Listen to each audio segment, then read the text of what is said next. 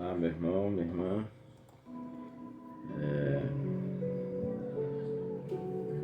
Eu queria alguns minutos, talvez alguns muitos minutos, não sei ainda quanto tempo vai ser, mas eu queria abrir meu coração com vocês.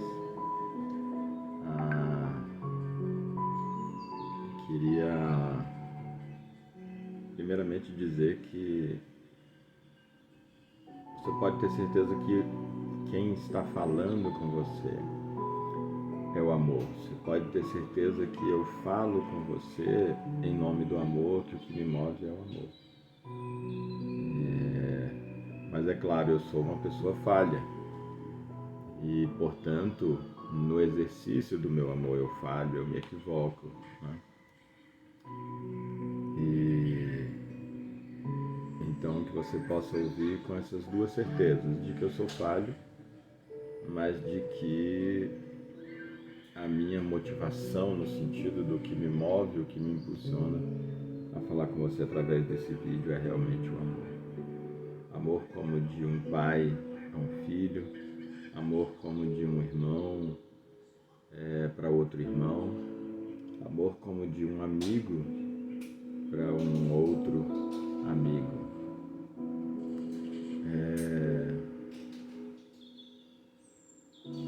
E para quem essas palavras servem ou para quem elas se dirigem? Para quem entender que é para si. Que o Espírito Santo de Deus possa te ajudar a discernir se é para você ou se não é para você. Embora eu pense que em alguma medida seria para todo mundo que ouvir, para todos os que ouvirem. Até porque eu estou certo de que ela é para mim também.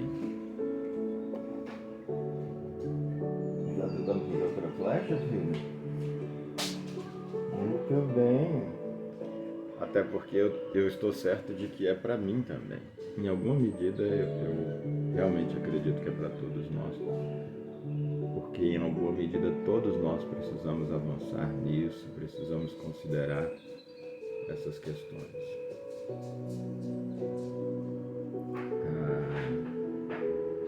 Não tenho pauta nenhuma para falar, mas eu tenho algumas coisas queimando no meu coração para falar. E eu apenas estou aproveitando esse momento que, já que a gente acabou não tendo a comunhão, e pelo fato de que as pessoas não entraram, na verdade uma pessoa entrou, mas eu não consegui me comunicar, eu falava, parece que ela não estava conseguindo ouvir ou não estava conseguindo responder. De qualquer forma, como uma pessoa, ia ficar bem prejudicial para os outros que não puderam entrar. Mas é apenas aproveitando esse momento, mas não é por causa dele, não foi por causa dele, são coisas que há tempos eu penso, e na verdade esse tempos não é de meses, não é anos, vai de mais de décadas, tá bom? Não é apenas desse nosso grupo de comunhão, desde que eu estou envolvido com o ministério, ainda no sistema, ainda dentro do sistema religioso, antes até de ser consagrado pastor e de pastorear a igreja, ainda participando apenas de ministério, essas coisas sempre me incomodaram, essas que eu vou compartilhar com vocês. Então não resisto à tentação de achar que eu estou falando diretamente para você, embora seja. Se é que você me entende. Eu fico me perguntando por que a gente não consegue um equilíbrio, né? Como é difícil para a gente chegar a um ponto de equilíbrio.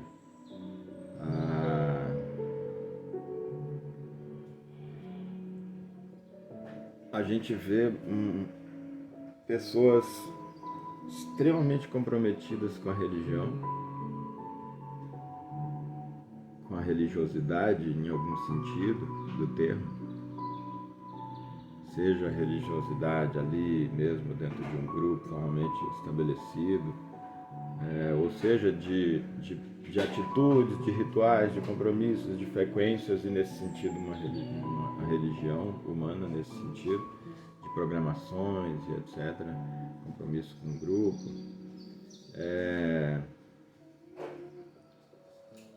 A gente vê, às vezes, algumas pessoas tão comprometidas a ponto de a religiosidade, ou de a religião, ou de os rituais, dos encontros, da forma, a liturgia, a liderança, o que a liderança diz, acabar tendo um valor e um peso muito maior e se sobrepujando à essência daquilo que a religião deveria trazer, que é, como o próprio nome diz, religião, religar o ser humano com Deus, aquele religioso com Deus. E num outro extremo a gente vê que quando a pessoa consegue se livrar das amarras da religiosidade, quando ela consegue se livrar da escravidão da religião, da submissão à religião, quando ela consegue perceber que muita coisa ali na religião não está condizente, ou na religião onde ela está participando, ela vai para um outro extremo. E a liberdade, essa libertação, acaba levando ela para um lugar de falta de compromisso. Falta de compromisso com a leitura da palavra de Deus. Enquanto está ali na religião, ela tem a escola bíblica dominical, ela está estudando, ela está dando aula numa classe, ela lê, ela estuda a Bíblia, ou ela tem que pregar, ou na classe ali vão ter comentários e perguntas, e ela precisa mostrar que está estudando, ou que seja com a melhor das intenções, como realmente também para muitos acontece, mas fato é, aqui ele está estudando a Bíblia, ele está lendo a Bíblia, às vezes, em alguns momentos pelo menos, fazendo o seu devocional, né? Fazendo visitas para pessoas da comunhão, em nome da comunhão, em nome da igreja, visitando como igreja. Às vezes participa de uma vigília e passa uma noite orando. Volta e meia um jejum, né? Nem sempre, mas muitas vezes com motivações equivocadas ou com aplicações aparentemente fora da palavra de Deus. Aí meu pequenininho. E aí, pequeno?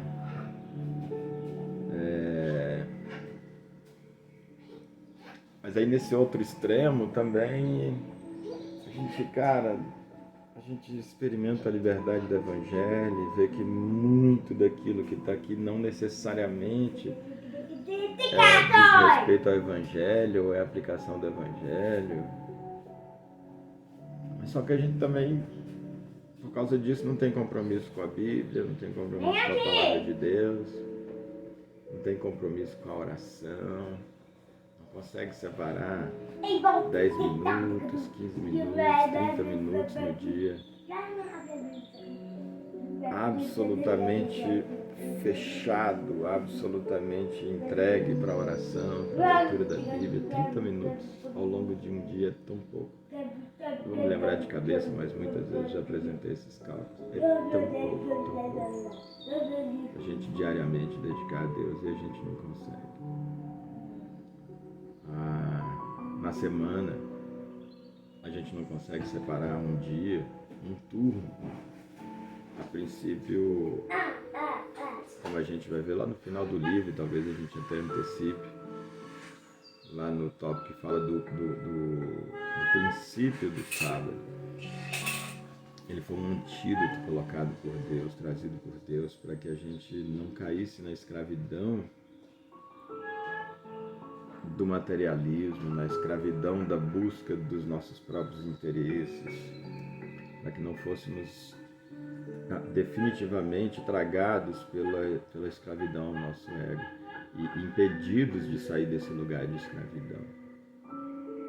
Desse lugar onde a gente só pensa nas coisas do aqui e do agora e não consegue se voltar para as coisas do além, para o eterno, para o transcendente, para as coisas celestiais, para o reino de Deus. E esse princípio é trazido lá na Velha Aliança, a gente vai meditar lá nele. Ele é aplicado quando o Faraó, para que o povo de Israel não saia da escravidão, ali justamente representando a escravidão a que nós estamos submetidos, essa escravidão do ego, a escravidão da minha própria vontade, essa escravidão de buscar riqueza, a escravidão dos meus interesses, e que nos impede de negar o si mesmo. Eu quero o Seahurst do celular, por favor. Quer? Cadê? Pega o outro celular, papai. Pega lá. Cadê o outro celular? Quer, papai? Busca lá que o papai posta. E aí então foi justamente naquele momento quando o povo de Israel, Moisés chega para tendo sido enviado por Deus. Espera aí só um minutinho, deixa eu ver se eu acho o celular. Eu quero. Mudou de ideia, quer ficar aqui com o papai. Então aquele momento em que Moisés é chamado para libertar o povo de Israel. É chamado para libertar o povo de Israel. E quando ele chega para o Faraó, não aperta, que senão a voz do papai não sai, só mostra ele, mas não aperta o botãozinho não. E quando ele chega para Faraó para dizer, Deus está mandando você deixar o meu povo sair, para deixar o meu povo livre, quando o Faraó sai da presença, quando Moisés sai da presença de Faraó, Faraó tem o seu coração endurecido e ele diz, que conversa é essa do povo de sair, de eu libertar, soltar, libertar eles para irem para o deserto adorar, porque essas tinham sido as palavras de Moisés. Que Deus disse, deixa sair o meu povo para me prestar culto no deserto. E ele diz, o quê? Essa conversa de prestar culto, de adorar, de se voltar para Deus, esse povo está com muita ociosidade. Esse povo está sem o que fazer. E aí então o Faraó diz, eu vou dobrar o trabalho deles. Porque se eu dobrar o trabalho deles, eu dobrar a ocupação deles, fizer com que não sobre tempo nenhum, a não ser aquele tempo mínimo para dormir e comer. De preferência, se puder já comer trabalhando.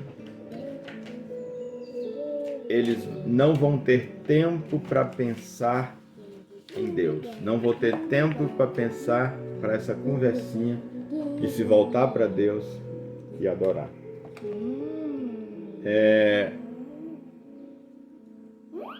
E é por isso que quando eles saem do deserto, Deus coloca na lei um antídoto para que isso, na nossa vida real, lá é uma sombra, como Paulo diz, a saída do povo de Israel do Egito é uma sombra, é uma maquete para a gente. E para que a gente não caísse nessa jogada, Faraó ali representa Satanás, representa o príncipe desse mundo, o dominador desse mundo. E para que a gente não caísse nisso, Faraó, Deus, nessa jogada de Satanás, né, nesses dias de hoje também querendo de todas as formas nos tirar o tempo e nos deixar ocupados o tempo todo para não pensar em Deus, para não ler a Bíblia, para não ir para a comunhão, e etc, etc, etc. Deus coloca como antídoto o sábado, a lei do sábado. E conforme a gente vê lá no tópico específico, é uma lei extraída de um princípio. E portanto, embora tendo sido revogada para aqueles que já fazem parte da nova aliança, e por outro lado não se dirigindo senão aos judeus, e, portanto não dirigida a mim, a você em princípio, mas ela faz parte de um princípio, ela decorre de um princípio, tanto que o próprio Deus, no seu trabalho de criação do mundo, de formação do homem, etc., desse mundo material, o próprio Deus descansou no sabate. A expressão lá, ele sabadou, ele descansou no sétimo dia de todo o serviço que ele realizara nos 6 dias. O próprio Deus que nunca se cansa para nos deixar, tanto como exemplo, quanto também para fazer remissão, como a gente vai ver, um descanso eterno que é o sábado, ele descansou no sétimo dia. 7 na Bíblia é um número que dá a ideia de perfeição no sentido de um ciclo completo. É muito comum o 7 estar relacionado a isso. E a criação, então, você tem também a conclusão da criação nesse dia do descanso, do sétimo dia. Então, por que eu estou dizendo isso? A rigor, o sétimo dia, lá para a lei, então no Velho Testamento, seria o sétimo dia, seria o sábado, o Shabat. Mas a ideia que a gente tem é como princípio, então nenhum problema que tenha sido mudado, o cristianismo, a religião cristã tenha mudado esse dia de descanso para o domingo, era considerado como o dia do Senhor. E foi mudado para o domingo em razão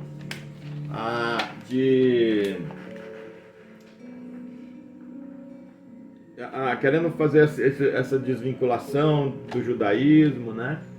E também porque, possivelmente por isso, mas também, e possivelmente principalmente, pelo fato de que foi no domingo que Jesus ressuscitou, né? Então esse dia de alegria ali para o povo de Deus. Então, espero que vocês estejam conseguindo me ouvir, apesar dessa coisinha linda que está na minha frente aqui. Naturalmente poderia tirar a atenção, qualquer coisa você volta o vídeo numa parte que você perca, tá bom? Mas não deixa ele atrapalhar, mas também não vou tirar ele daqui de perto, não. Esse presente de Deus.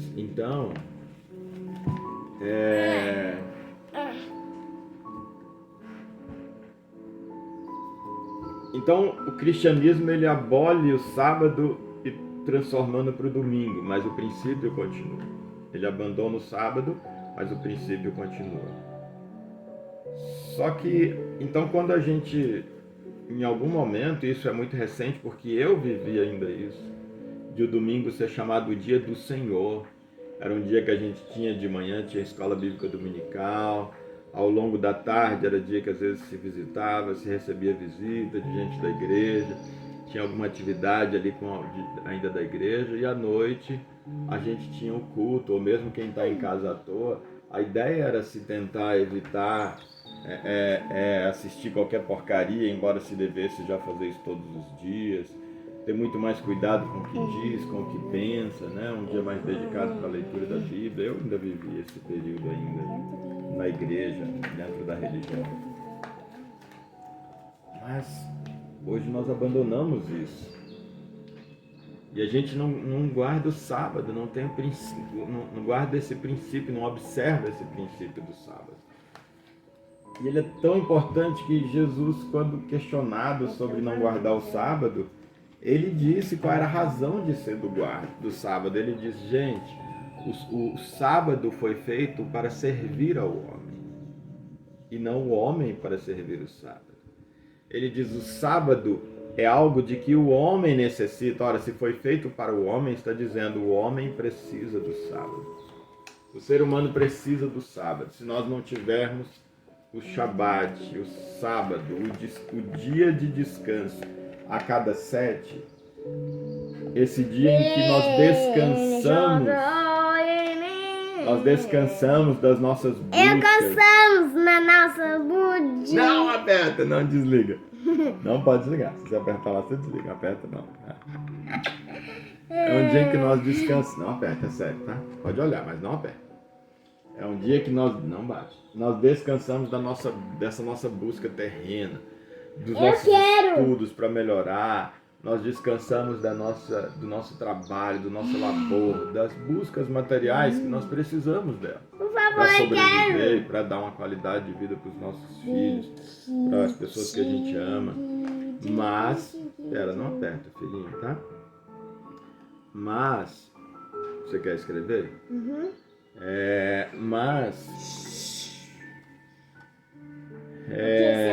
Peraí, só um pouquinho. Aguenta aí. Fica comigo. Mas essa busca... Olha lá, ficando, escreve lá. Deixa o pai aumentar a letra, peraí. Por favor. Agora deixa o papai conversar ali, tá bom? Vai, escreve.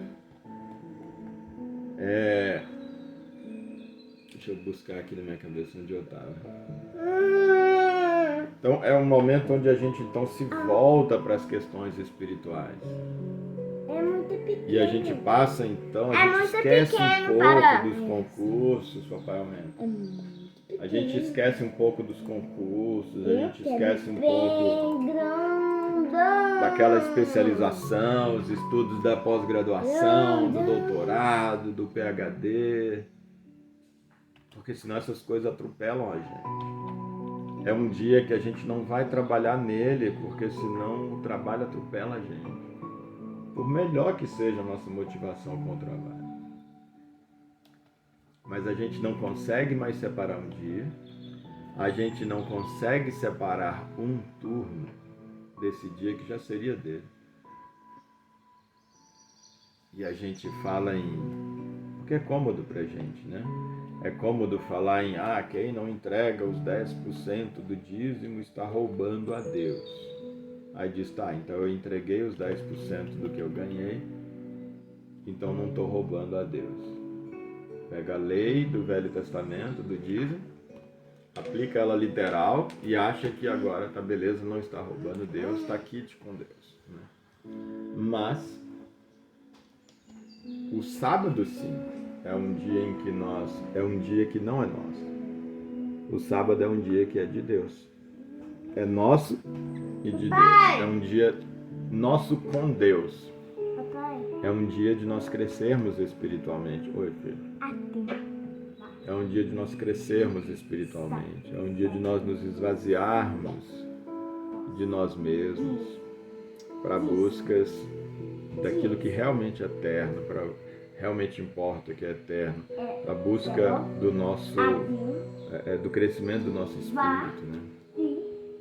E que vai influenciar nos outros 6 dias da semana. Vai influenciar na maneira da gente se relacionar com o marido, com a esposa, com os filhos, com os pais, com o chefe, com o empregado, com os colegas de trabalho. Vai influenciar na maneira da gente se comportar no trânsito. Vai influenciar na maneira e como a gente se responde às tentações, as mais variadas que vamos ter aí nesses 6 dias. Esse tempo de maior dedicação, além de um tempo menor diário nos próprios dias do trabalho, Papai! esse tempo maior só um pouquinho, esse tempo maior de dedicação só um pouquinho, vai influenciar nesses outros 6 dias. Já está bem grande, olha aí. Eu quero brincar. Mas a gente não separa esse dia para Deus. E não só não separa esse dia, como a gente não consegue separar um turno dele. O dia tem 24 horas, se a gente tirar aí as 8 que já seriam de sono, a gente sobraria o que aí? 16 horas, né? 2 turnos de 8. Mas a gente não consegue separar um turno desse de 8. A gente fica 16 horas acordado nesse dia que seria de Deus. E a gente não consegue separar um turno. A gente não consegue separar de 8 às 12. A metade de um turno. 4 horas a gente não consegue. A gente não consegue separar 2 horas. A maioria de nós aqui, muitos de nós não conseguem separar 2 horas. Separar mesmo. Porque às vezes até consegue ir para uma igreja por 2 horas, de 8 às 10, ou entrar numa reunião virtual de 8 às 10, mas já entra acelerado. Ele vai se desacelerar lá pelas 8h40, 9. E aí quando ele começa a pegar alguma coisa, já está acabando. E aí aqueles que conseguiram dar uma desacelerada, porque muitos vão passar essas 2 horas, seja na igreja, no encontro virtual, vão passar essas 2 horas ali, embora fisicamente ali ou virtualmente ali, mas a cabeça está completamente nas atividades da semana, justamente porque nunca para. Está pensando nos estudos, na questão, na prova, no trabalho, no etc., no carro, no aluguel, em tanta coisa. E não consegue estar ali, de verdade. E aqueles que conseguirem, porque esforçaram muito em desacelerar, vai ter 1 hora ali de proveito, 40 minutos. E que mais vai servir para um perigosíssimo aliviar de consciência.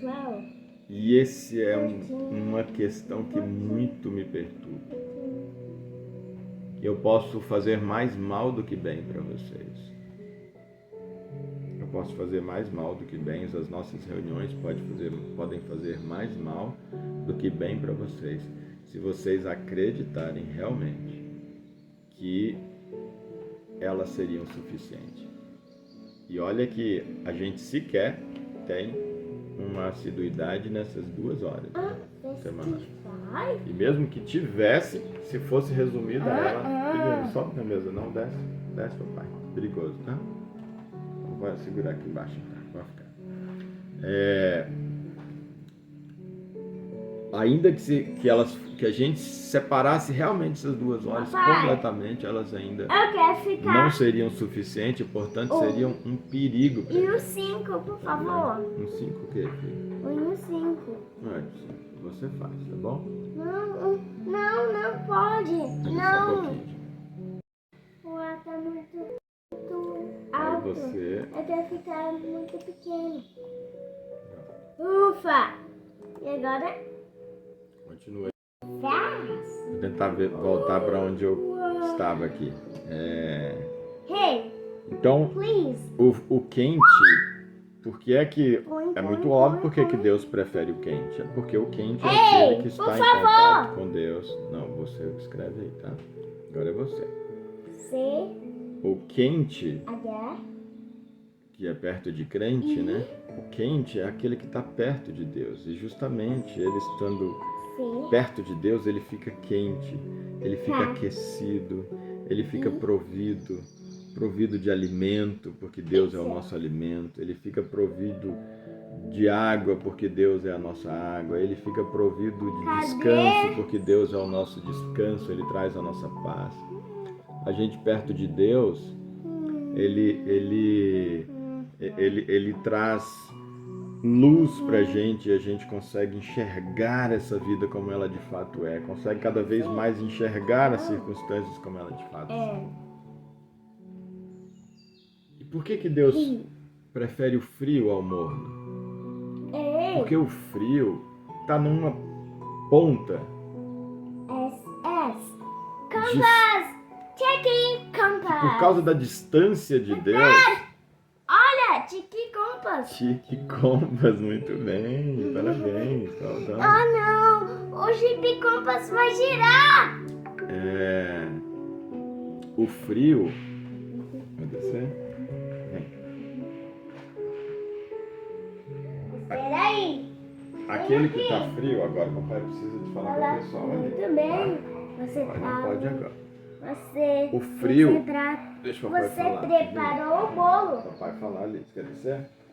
Eu quero. O frio. Cadê o outro celular? Acha o outro celular aí, filho? Espere. O frio. Fala. Desculpa, gente. Não deixa o coração de vocês saírem nem ficarem irritados aí com esses momentos, não. O frio está longe de Deus.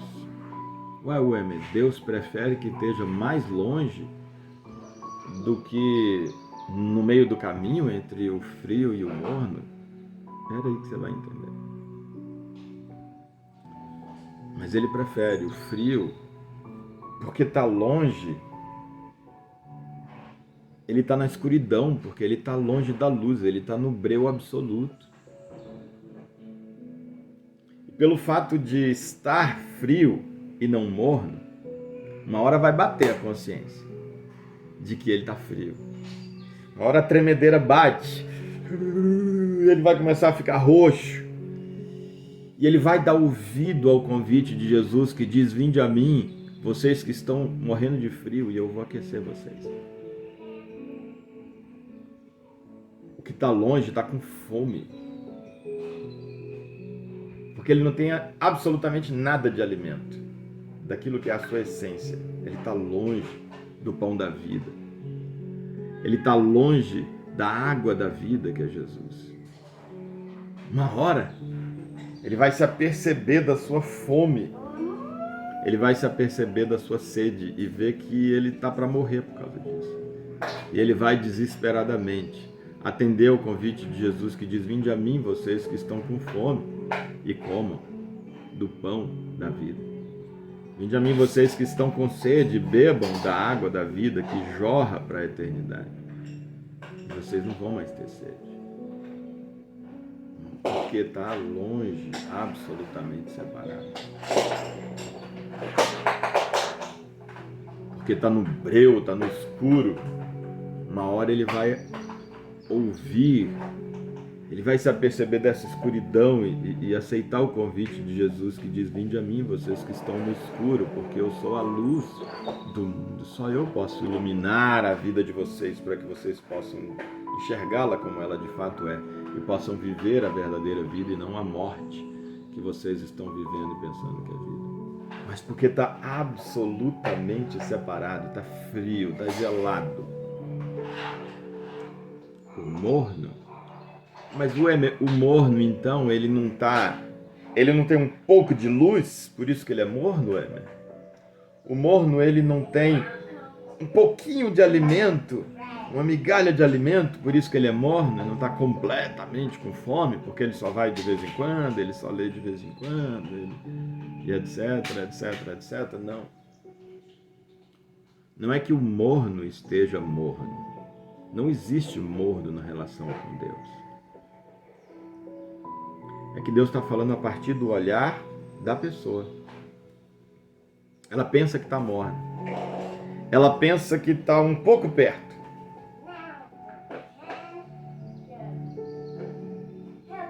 Porque está no ambiente. Porque ela está com os irmãos. Porque ela está indo na igreja. Porque ela está entregando dízimo. Porque ela ora. Pensa que está. Pensa que está se relacionando com Deus. É verdade, tem um irmão fulano e uma irmã fulana que, nossa, ali sim é uma bênção. Eu não sou, imagina, não chego aos pés do irmão fulano e da irmã Beltrana. Mas eu estou por aqui. Pensa que está. Só porque está sentando à mesa com eles, comendo à mesa, ouvindo a palavra de Deus junto com eles, está orando junto com eles. Separa ali 2 horas na semana para isso, para esse momento. Está na religião. Esse é o ambiente que ele está. E acha que isso é suficiente. Por isso Jesus disse que naquele dia muitos vão dizer: mas Senhor, como assim? Nós nos assentávamos à sua mesa e comíamos com você. Como é que o senhor está dizendo que não conhece a gente? Jesus vai dizer: eu nunca conheci você. É possível que numa mesma mesa de comunhão, comendo literalmente, ou numa mesa se alimentando da palavra de Deus, você tem 10 pessoas. 2 ou 3 delas estejam de fato se relacionando com Deus enquanto se alimentam e comendo de verdade. Porque comem a letra e o espírito da letra. E por comer do espírito da letra, se alimentar do espírito da letra, a vida deles vai sendo diferente, ele vai sendo moldado, ele vai sendo transformado, ele vai cada vez tendo mais vontade de se aproximar de Deus. Mas aqueles 7 ou 8 numa mesma mesa está alimentando da letra, que mata, como a própria palavra de Deus diz, que sem o espírito da letra, e ele não, aquilo não produz diferença nele, ele não muda em casa, ele não muda no trabalho, ele não muda na sociedade, as prioridades dele continuam sendo as mesmas, ele continua não querendo nada com Deus, mas apenas no máximo e eventualmente com a palavra dele, porque morre de medo do inferno e ele tem que voltar para a meditação de novo. Esse é o morno. Ele é tão frio quanto qualquer outro frio, mas ele pensa que não está frio. É sobre a ótica dele que ele é morno. E é por isso que Deus dá vontade de vomitar da boca. É pro bem dele, dá vontade de vomitar da boca. Que é para deixar claro para você que você não está comigo. Que a gente não se conhece. É uma força de expressão. Dá vontade de jogar você para bem longe. De mostrar para você o quão longe você está. Muitos vão dizer, mas Senhor, eu expulsei demônio no seu nome, eu pregava a sua palavra. Eu nunca conheci vocês. De fato, vocês fizeram coisa no meu nome. E eu honrava o meu nome. Vocês expulsaram demônio no meu nome, mas a autoridade estava no meu nome. Eu não conhecia vocês, eu não me relacionava com vocês. E aqui o céu é lugar para as pessoas com quem eu me relacionava.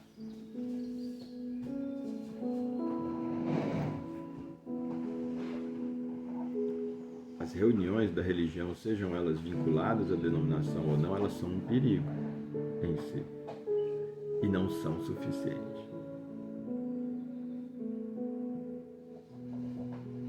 Mas com a consciência correta, com a dedicação, com o compromisso, com a motivação correta e com a aplicação de tudo aquilo que se alimentou durante a reunião, tanto a comunhão quanto a parte de conhecimento, ela sim pode produzir vida. E pode produzir de fato e fomentar e acrescentar no relacionamento real com Deus. Fora isso, os encontros fazem mais mal do que bem. Mesmo que, e nem é o nosso caso, todos estivéssemos 100% comprometidos com esse momento. Não é de hoje, portanto eu não estou falando especificamente para você, embora esteja, se você me entende. Existem muitas, e eu não estou dizendo que são todas, mas muitas das justificações, né, de não estar presente em algumas reuniões, mostram essa falta de compromisso. Num julgamento meu, né, a justificativa ela não deve acontecer para mim, né? Então eu posso estar equivocado se essa justificativa A ou B, se ela funciona ou não. A justificativa ela deve acontecer para nós mesmos. É você quem deve realmente se convencer se aquilo é um motivo justo ou não é um motivo justo para não participar da comunhão. Não é a mim ou aos demais do grupo, não somos nós que devemos ser convencidos. Daí o ideal de repente seria até quem não for participar, apenas dizer, olha, hoje eu não vou poder participar. Ponto final. Sem motivo. Porque o motivo é para si, é cada um para si que tem que pensar se aquele meu motivo é justo ou não. E se você acredita que aquele seu motivo é justo, para você ele vai ser justo. E para os outros, não mudaria nada o julgamento dos outros e eu se aquilo é justo ou se não é justo. A importância de dizer que não vai participar é que, mas isso se fizer com antecedência, é que eu também tenho os meus afazeres, eu também tenho coisas que eu deixo de fazer para estar com vocês, para a gente meditar. Eu também tenho filhos, eu também tenho estudos, eu também trabalho, eu também tenho amigos, eu também tenho que meditar na palavra de Deus, eu também tenho que estudar a palavra de Deus, eu também preciso orar. Então, se vocês, com antecedência, uma quantidade significativa de pessoas diz que não vai participar, se a gente está numa sequência ali, de repente eu também digo, gente, então vamos fazer o seguinte, como a gente já fez em outros momentos. A gente está um número tão reduzido que fulano e beltrano só que diz, tudo bem para vocês se a gente então não se encontrar, e aí eu vou aproveitar também e desenvolver uma outra atividade. Isso é demonstração de amor. Isso é demonstração de respeito, é demonstração de consideração com o outro. Isso é ser cristão. Mas se a gente fala na medida do que possível, claro, se eu já sei que eu vou estar trabalhando, ou se eu já sei que eu vou estar viajando, não vou conseguir acessar e etc., avisar com antecedência para que a gente possa eventualmente até suspender e deixar os outros livres também para desenvolver outras atividades, inclusive com Deus, uma oração mais profunda ali, né? Ou em Deus, né? Se é um pouco dia que nos sobra, poder estar ali também com o pequeno, amando o pequeno, brincando ali, sendo Deus na vida dele, ministrando na vida dele, que sobra às vezes também tão pouco tempo para a gente. E esse momento, domingo, é também um dia para isso, desde que feita com essa consciência, né? Estar com os filhos, estar com a família, mas com uma consciência de quem está ministrando e sendo ministrado, podendo ter ali uma música, ambiente saudável, podendo assistir coisas saudáveis com a família, faz parte também desse Shabat, mais da essência do que da forma, né? Desvinculado da religião, mas sem abandonar o princípio da religiosidade, mas sem abandonar o princípio, né? Então, acho que essa é alguma das coisas que me queima o coração. Existem outras, mas agora elas me fugiram, talvez é porque não seja mesmo para ser compartilhado. Mas vem tempos difíceis aí, meus irmãos. Os tempos estão difíceis e os tempos vão ficar difíceis. Os relacionamentos conjugais, a relação pai-filho, as amizades, na declaração, na manutenção da fé. Vem tempos difíceis por aí, eles já chegaram. Imagina se eu estou aqui para tocar terror em alguém. Pelo contrário, eu estou aqui para incentivá-los a não negligenciar a busca de Deus sincera. Porque você precisa, vai precisar, sua família precisa, seu filho precisa disso. A busca sincera de Deus, e não existe relacionamento sério sem dedicação de tempo. Não existe compromisso de relacionamento sério sem gastar tempo. Por isso Jesus falou: ou vocês me servem ou vocês servem a Mamon, porque o tempo é dinheiro. Ou vocês gastam o tempo comigo ou gastam o tempo com o dinheiro, direto ou indiretamente. Papai! Ele diz, porque a hora... Eu quero see hers. Procure o celular que o papai te dá. Você estava com o celular. O papai liga para você. Jesus disse, ou vocês dão tempo para mim, ou vocês dão tempo para Mamon, que é o Deus do dinheiro. Porque o tempo que vocês estiverem comigo, dedicando comigo, eu não vou acrescentar nada para vocês que seja útil para ganhar dinheiro.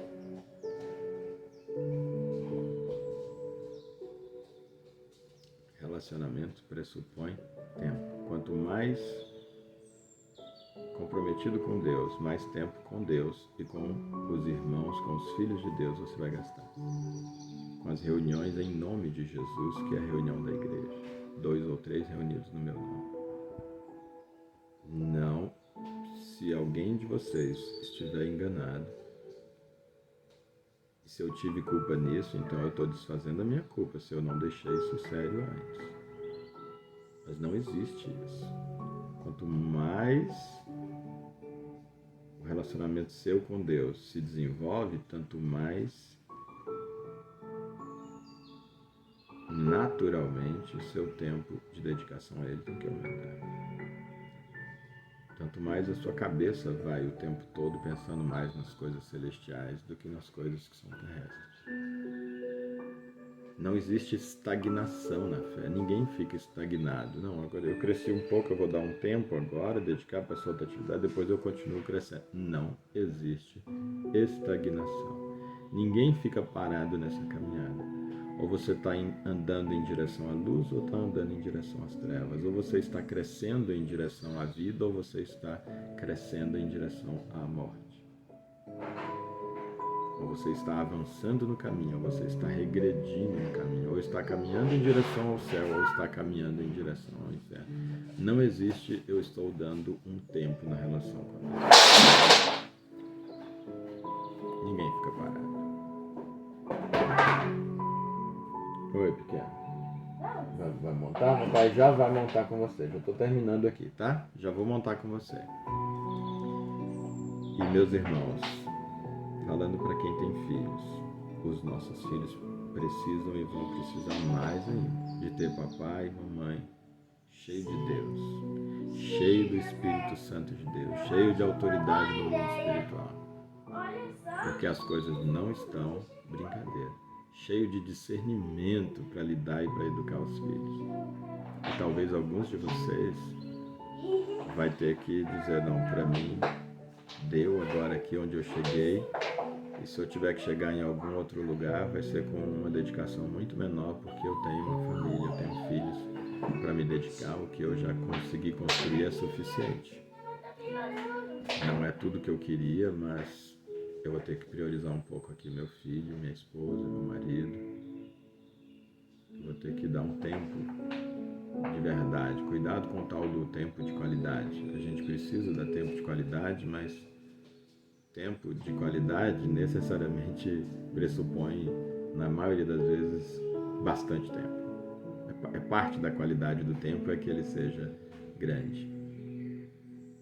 Porque você dá um pouquinho de tempo de qualidade para o seu filho, para sua esposa, para os seus, para você com Deus, é um pouquinho de tempo de qualidade. E o resto do tempo, quem você acha que vai estar também dando qualidade em sentido contrário a tudo que você ministrou na vida deles? O mal.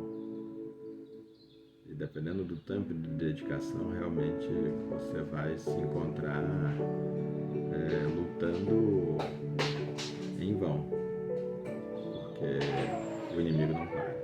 O inimigo das nossas almas não para. Aquele que veio para matar, roubar e destruir não para. Ele quer acabar com a gente. Quer destruir os nossos casamentos, ele quer destruir as nossas famílias, ele quer destruir os nossos filhos, ele quer levar nossos filhos para as drogas, para a prostituição, ele quer levar a gente para as drogas, para a prostituição, ele quer levar a gente para o intelectualismo, para o status, ele quer levar a gente para o aplauso, ele quer levar a gente para o conforto, que nunca está saciado, que nunca é suficiente.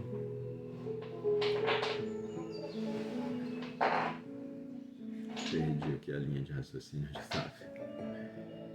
Mas, Deus, vou parar por aqui, papai. A tua palavra diz sobre tudo que tem que ser guardado, Senhor, guarda o nosso coração. Oh Deus, abre os nossos olhos, Senhor. Abre os nossos olhos, meu Deus. Abre os nossos olhos, Senhor. Abre os nossos olhos. Meu Deus, há tanta mentira ao nosso redor. Tem tanta mentira pregada pelo diabo que a gente acredita. Nosso coração já é enganoso e Satanás é o pai da mentira. É tão fácil enganar a gente. Nós temos caído em muito dos seus contos do vigário, em muito das suas mentiras. Ah, Senhor Jesus, Tu que és a verdade, em nós, livra-nos das mentiras de Satanás, livra a nossa alma, livra a nossa família, Senhor Deus. Ah, Jesus, abre os nossos olhos, abre o nosso coração para Ti, para a verdade, para o relacionamento com o Senhor. No nome de Jesus, guarda-nos e guarda a nossa família. Que nós sejamos ministros, Deus, na vida daqueles que nos estão próximos, inclusive os mais próximos, que são os nossos filhos, que são as nossas esposas, os nossos maridos, os da nossa casa. Possamos ministrar na vida deles, sem a ilusão de que podemos transferir isso para alguém, para um pastor, para um padre, para um guru, que é assumamos a nossa posição de ministros e ministras do Senhor, para o nosso próximo e principalmente para o próximo mais próximo, e no mínimo para eles. Deus, que essa palavra, Senhor Deus, possa chegar como de fato ela é, de amor para o meu irmão e para a minha irmã, e se vem do Senhor de verdade, como eu acredito, e na medida em que venha do Senhor, que seja gravada no espírito de cada um, e possa produzir o fruto que o Senhor espera que produza, Pai, no nome